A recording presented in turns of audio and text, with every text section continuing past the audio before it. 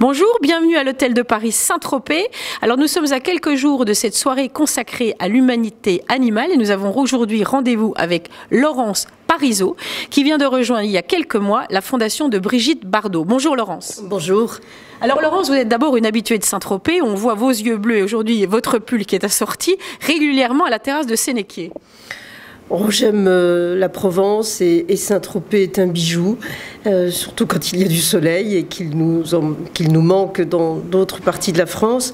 Mais je voyage beaucoup, donc je ne suis pas non plus exclusivement à Saint-Tropez. Bon, en tous les cas, vous avez rejoint, comme je le disais, la grande dame de Saint-Tropez, Bernard Dormal, pour cette cause animale, pour ce combat qu'elle mène, et dont, j'allais dire, le parcours est retranscrit dans ce dernier livre, L'arme de combat.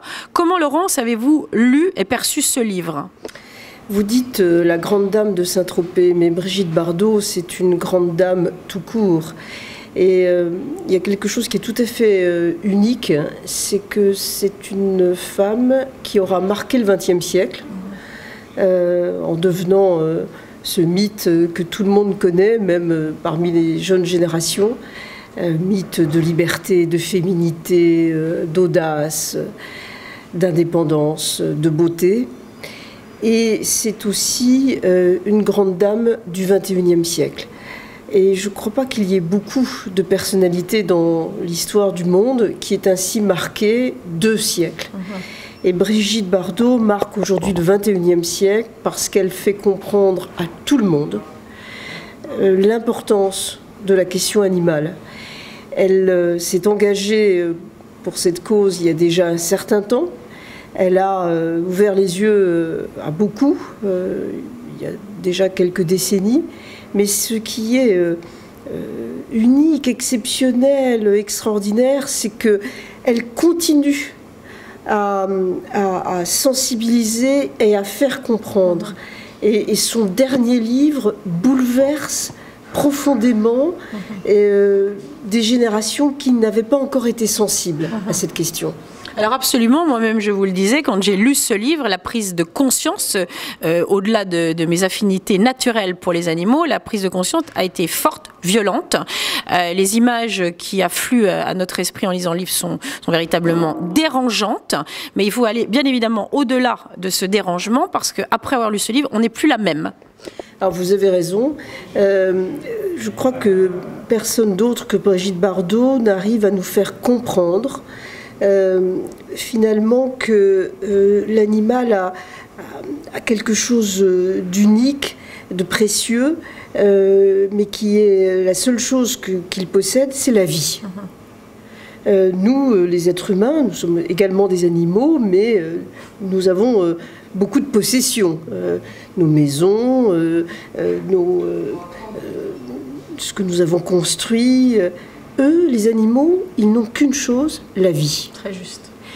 Et ça, Brigitte Bardot, par son attitude, par ses mots dans ce livre, nous le fait toucher du doigt. Et du coup, on comprend notre responsabilité. C'est ça aussi qu'elle dit de manière magnifique. Elle est bien sûr dans l'émotion, dans le partage des sentiments, avec les animaux, avec les êtres humains aussi. J'insiste là-dessus parce qu'on a tendance à faire le faux procès, le mauvais procès, de préférer les animaux aux hommes, etc., ce qui est archi faux. Ce qui est faux, puisqu'il est quand même assez paradoxal de critiquer Brigitte Bardot, qui a eu des amants et des amours absolument extraordinaires, et dont elle parle d'ailleurs aussi dans ce livre. Et qui aide discrètement les gens, sans que ça soit sous le feu des médias. Bernard Dormal, son époux, m'en témoignait encore hier. Elle a aidé une dame de 83 ans à avoir l'eau courante dans sa maison, alors que ça faisait des années qu'elle vivait dans des conditions un peu difficiles. Oui, il y a 1000 exemples. Par exemple, j'ai toujours été frappée de cette petite chose bouleversante qui est que Brigitte Bardot reçoit beaucoup de bouquets de fleurs, régulièrement. Elle en a tellement que sa maison pourrait être transformée en boutique de fleuriste. Et beaucoup de ces bouquets vont dans les maisons de retraite, chez des personnes seules. Donc je trouve que l'histoire est très belle, c'est-à-dire les fleurs vont chez elle, et puis de chez elle vont soutenir le moral de telle ou telle personne affaiblie. Donc oui, Brigitte Bardot est sensible à tout être vivant. En fait, c'est quelqu'un de profondément humaniste. Mais comme c'est aussi quelqu'un qui est révolté, qui est capable de coups de gueule extraordinaires, avec en plus des formules chocs qui sont saisissantes. Du coup, évidemment, on a tendance à ne voir, à ne retenir que ça. Mais c'est quelqu'un qui est sans filtre. Alors vous, vous qui avez été présidente du MEDEF à 2 reprises, au contraire, avez plutôt un langage a priori un peu plus politique quand même. Alors cette cause que vous avez épousée là récemment, concrètement en rentrant dans la Fondation, elle existe pour vous depuis combien de temps, cette sensibilité à la cause animale, aux animaux ? Je crois que, comme beaucoup de gens très engagés sur cette question, je l'ai toujours eu, cette sensibilité. J'ai toujours été attentive aux animaux d'Afrique, par exemple, et j'ai eu la chance de très jeune d'aller au Kenya, en Tanzanie, au Botswana.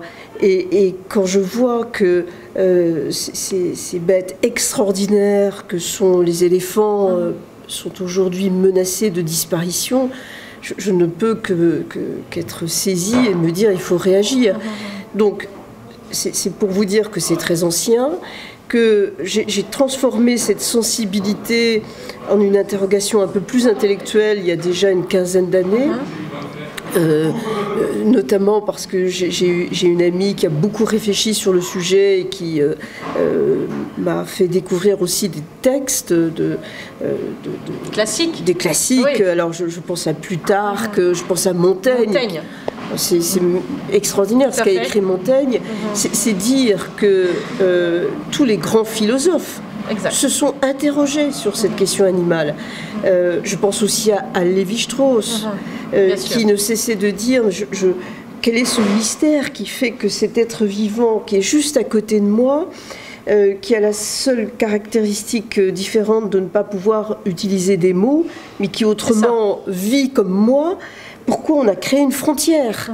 Et cette frontière qu'on a créée, est-ce qu'elle n'est pas artificielle? Est-ce qu'elle n'est pas faite aussi pour, in fine, provoquer d'autres frontières entre les hommes? Donc, j'ai toujours eu cette sensibilité, puis plus tard cette interrogation intellectuelle. Et même quand j'étais présidente du MEDEF, au tout début de mon mandat, notamment en organisant les universités d'été, j'ai voulu ouvrir les yeux des chefs d'entreprise sur cette question. C'était parfois bien reçu, parfois moins bien reçu. J'ai eu quelques conflit à cause de cela, mais voilà, mais personne ne le fait mieux que Brigitte Bardot, et ce livre est vraiment majeur. Alors, est-ce qu'il y a des passages, je vois que vous avez des petites notes, est-ce qu'il y a des passages qui vous ont frappé ou sur lesquels vous voulez attirer notre attention en particulier? Je crois que Brigitte Bardot, d'abord, c'est quelqu'un qui est amour. Elle aime, et elle aime l'amour. Et il y a une chose qui est tout à fait extraordinaire, c'est la façon dont elle parle de l'amour qu'elle a à l'égard des animaux. Et elle dit notamment « L'amour que je porte aux animaux se décuple en permanence. C'est une affection illimitée que je n'ai jamais ressentie pour un humain. » Ça fait partie des choses qui peuvent choquer quand on lit ou quand on écoute Brigitte Bardot, mais elle dit ensuite quelque chose qui est tellement profond, tellement vrai. « Je ne me lasse jamais d'eux et ils ne me déçoivent jamais. » Voilà, ça c'est une des caractéristiques qu'on a bien souvent quand on a des animaux autour de soi, c'est qu'ils ne déçoivent jamais. Et ça fait partie pour moi des raisons pour lesquelles on a une responsabilité particulière à leur égard. Vous disiez d'ailleurs il y a quelques minutes que pour vous c'était une question de civilisation. Oui, je pense qu'on ne peut pas se dire aujourd'hui le monde est en danger. Le changement climatique a des effets dramatiques sur nos modes de vie partout dans le monde, à tel point que l'espèce humaine peut être en danger. Je pense qu'on ne peut pas dire ça, s'interroger réfléchir aux nouveaux modèles de développement sans en même temps se dire mais tout ce que nous avons fait, nous, dans la construction humaine, a eu aussi des dégâts considérables sur les animaux. Est-ce que nous ne devons pas faire attention, du coup, agir autrement? Et puis se dire, mais finalement, l'animal, c'est un être vivant, comme nous. Tout à fait. Puisque nous avons appris à nous respecter entre vivants, pourquoi ne pas apprendre à nous respecter entre autres vivants? D'ailleurs, il y a une association que vous soutenez, pardonnez-moi si j'ébrèche le nom, c'est L614 L214. L214, vous voyez, ça prouve ma découverte de certaines structures qui s'occupent de la cause animale. Bernard Dormal m'a montré hier une vidéo justement d'un ours blanc qui marche très lourdement, qui est rompu de fatigue, qui porte toute la solitude du monde d'une certaine manière et qui effectivement subit le réchauffement climatique. Cette image est connue. Alors, elle est un peu contestée aussi, parce que certains scientifiques pensent que l'animal, en fait, est malade, indépendamment des conséquences climatiques. Mais on pourrait trouver 1000 autres images de ce type, où de toute façon, le réchauffement climatique, la déforestation, par exemple, est en train de mettre en danger nos cousins, que sont les grands singes.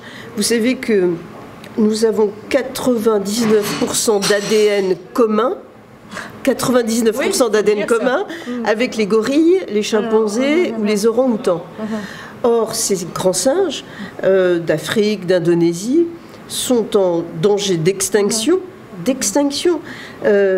parce que la déforestation, la construction de routes les empêche de vivre dans leur habitat naturel. Alors moi je reste quelqu'un qui défend l'entreprise, qui veut une économie prospère dans notre pays et partout dans le monde.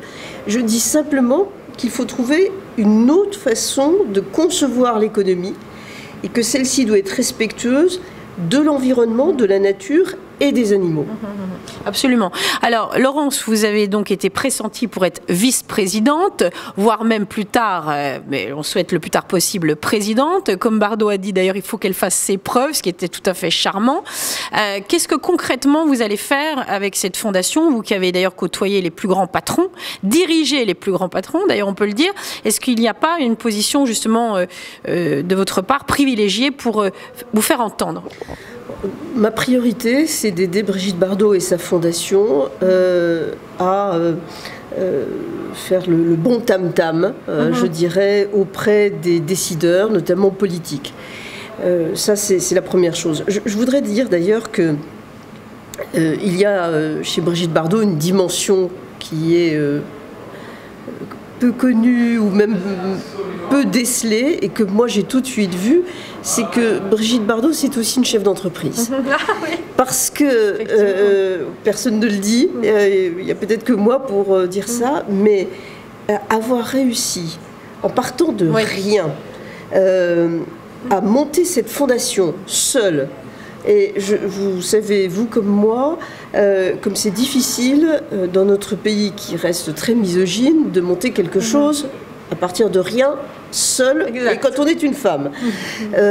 Donc, en partant de vraiment rien, sinon de sa notoriété, ce qui n'est pas rien, et de quelques moyens dont elle disposait déjà à l'époque, mais vraiment avec, je crois, beaucoup d'hostilité autour d'elle, elle a bâti une fondation qui joue un rôle mais quotidien extraordinaire pour sauver des troupeaux, pour sauver des chevaux, pour sauver des chiens, pour sauver dans des les chats. 3-4 refuges par exemple qu'elle a, qu'elle appelle maison de retraite pour les animaux, ça c'est extraordinaire, ces refuges, Bazoches, je ne sais plus le nom des deux autres, mais enfin véritablement c'est effectivement là où c'est une fondation qui fait du terrain. Et vous disiez c'est un chef d'entreprise, ce qui est vraiment touchant chez Bardot, c'est que c'est un chef d'entreprise qui ne fonctionne pas avec des liens de subordination mais avec des liens d'amour, parce que les gens sont totalement engagés. Ah oui, il y a autour d'elle une équipe absolument extraordinaire qui a compris tout de suite l'importance de la vision de Brigitte Bardot. Parce que aujourd'hui, grâce notamment aux vidéos comme celle de L214 dont vous parliez et d'autres associations, je pense à One Voice qui est formidable aussi, et d'autres, 30 millions d'amis, la SPA, enfin, on peut toutes les citer parce que toutes font un combat formidable. Aujourd'hui, la différence, c'est que on voit les choses. On voit l'horreur du traitement infligé aux animaux dans un abattoir. On voit l'horreur du traitement des cochons qui font ensuite les jambons que jusqu'alors on aimait, mais quand on comprend la façon dont les cochons sont traités, on a du mal à... Mais ce qui est extraordinaire, c'est que Brigitte, elle n'a pas eu besoin des vidéos pour comprendre. Et les équipes qui travaillent avec elle dans la fondation non plus. Et du coup, cette fondation fait un travail de protection majeur en France, mais pas seulement. Et la fondation aide de nombreuses associations en Afrique, en Asie, par des soutiens logistiques, par des soutiens financiers, par des soutiens de savoir-faire. Donc il y a une dimension internationale qui n'est peut-être pas très connue de beaucoup de Français, mais qui est tout à fait importante. Oui, d'ailleurs, elle travaille également de concert avec un habitué de la presqu'île, qui est Paul Watson aussi, qui est fortement engagé, qui est charmant et qui lui-même a son franc-parler. Oui, alors Paul Watson, c'est Sea Shepherd, c'est une activité primordiale pour l'avenir de nos océans. Oui. Et on sait que c'est un des lieux les plus abîmés de la planète, l'océan. On a du mal à le réaliser parce que quand on voit l'eau, y compris là tout près d'ici, la merveilleuse Méditerranée, on pense qu'on a de la marge. Mais en réalité, non, on n'a plus de marge. Tout à fait. D'ailleurs, Laurence, vous serez notre invitée à nouveau pour la journée des océans le 8 juin, que nous allons célébrer aussi, honorer, puisque l'Hôtel de Paris nous laisse la possibilité véritablement à Saint-Tropez de parler de grandes causes, j'allais dire humanitaires, humanistes plutôt, même je dirais, comme effectivement cette cause animale, donc à la date du 27 mars prochain. Et le 8 juin, nous parlerons des océans. Alors, je vais vous poser une question quand même, puisque le mystère reste entier. Comment avez-vous rencontré Brigitte Bardot? Eh bien, en fait, dès que j'ai été élue présidente du MEDEF, je n'avais qu'une idée en tête, c'était d'organiser des universités d'été du MEDEF qui sortent un peu les chefs d'entreprise de leurs soucis et de leurs préoccupations quotidiennes, économiques. Et je me suis dit, mais ça serait formidable si Brigitte Bardot venait s'adresser à eux. Donc j'ai fait une très belle lettre que j'ai envoyée à Brigitte Bardot. Et celle-ci m'a répondu par fax en disant qu'elle ne se rendrait pas à l'université d'été du MEDEF, mais qu'elle était très sensible à ma proposition. Et elle m'envoyait par son fax des baisers pleins de tendresse et d'amour. Et donc cette rencontre fut d'abord exclusivement épistolaire. Comme souvent. Comme souvent avec Brigitte, mais d'ailleurs elle répond à tout le monde. Tout le monde. Elle a un courrier, mais c'est des centaines de lettres par jour. Et je crois qu'avec ce livre, elle en a encore plus qu'elle n'en a jamais reçu. Et donc c'est comme ça que nous sommes entrés en relation. Alors ensuite, il y a eu quelques échanges écrits. Mais bon, j'étais très prise par mes activités médefiennes. À partir du moment où je n'ai plus été engagée autant au MEDEF, je lui ai proposé de venir la voir.